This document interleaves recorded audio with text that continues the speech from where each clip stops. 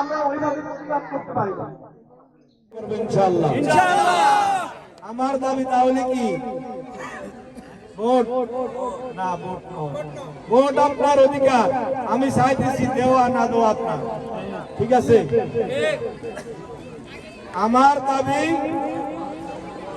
দুইটা। প্রথম দাবি হবে এই রায়পুরকে মাদক মুক্ত করতে হবে।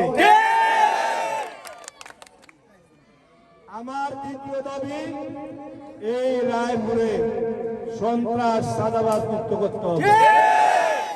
এই দুইটা আমার দাবি। আমার দাবি আপনারা পূরণ করতে প্রস্তুত আছে? পারবেন?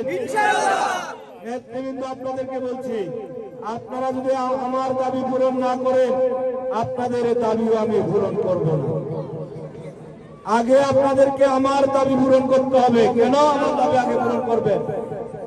আমার দাবি পূরণ করতে টাকা খরচ হবে না, হবে না। আমার দাবি পূরণ করতে কষ্ট হবে এই, এবং আমার দাবিটা মনে হয় রাস্তা থেকেও বেশি গুরুত্বপূর্ণ।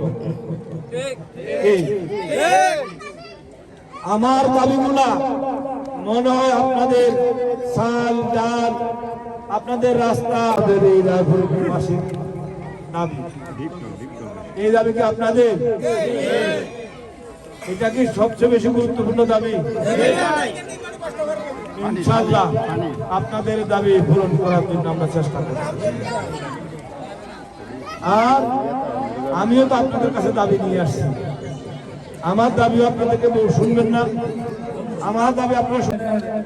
আমি এসেছি আসন্ন জাতীয় সংসদ নির্বাচনে বিএনপির পক্ষ থেকে ধানের শীষের প্রতীক নিয়ে এই নির্বাচনে অংশগ্রহণ করেছি। তাই আপনাদের দোয়া নেওয়ার জন্য এসেছি, আপনাদের ভালোবাসা নেওয়ার জন্য এসেছি, আপনাদের সাথে দেখা করার জন্য এসেছি, আপনাদের সহযোগিতা নেওয়ার জন্য এসেছি। সর্বোপরি আপনাদের সকলের কাছে ধানের শীষের পক্ষে ভোট চাইতে এসেছি। ভোট দিবেন কিসে?